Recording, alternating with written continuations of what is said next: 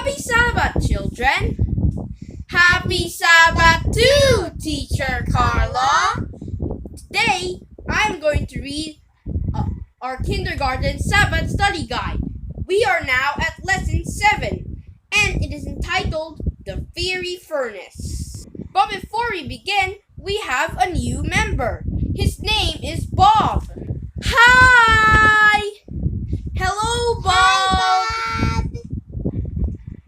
Now let's begin.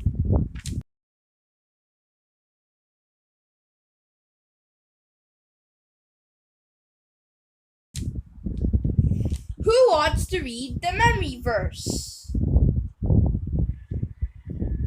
Yes, Wiggly? The memory verse says, "We will serve the Lord." It is found in Joshua 24, verse 15. Very good, Wiggly.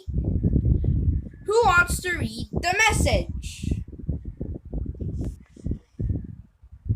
Yes, Bob? The message says, "We worship God when we refuse to do wrong things." Very good, Bob. Has anyone ever wanted you to do something wrong? What did you do? Shadrach, Meshach, and Abednego were asked to do something wrong too. It was finished at last. The gigantic golden statue King Nebuchadnezzar had ordered to be made stood tall as an 8-story building. The next day, many rulers who served Nebuchadnezzar gathered in the valley. They stared up at the huge golden statue. The rulers also stared at the large furnace near the statue. Soldiers were building a big fire in it. Why are they doing that? People whispered. Finally, a man stood before the crowd. "People," he shouted, "listen to the king's command. When the musicians play, you must bow down and worship the king's golden statue. Anyone who doesn't obey will be thrown into this blazing furnace." Suddenly, the music burst forth. Everyone fell down. Everyone except Shadrach, Meshach, and Abednego. They couldn't worship a statue. Some men saw them and hurried to the king. "Look!" they exclaimed. "Those 3 Hebrews did not bow down." King Nebuchadnezzar's face turned red with anger. "Bring them here," he ordered. The guards rushed to obey. "So you did not bow down to worship the golden statue?" The king shouted at the 3 Hebrews. "I will give you one more chance. Worship the statue or you will be thrown into the blazing fire. Who will help you then?" Shadrach, Meshach, and Abednego stood straight and tall.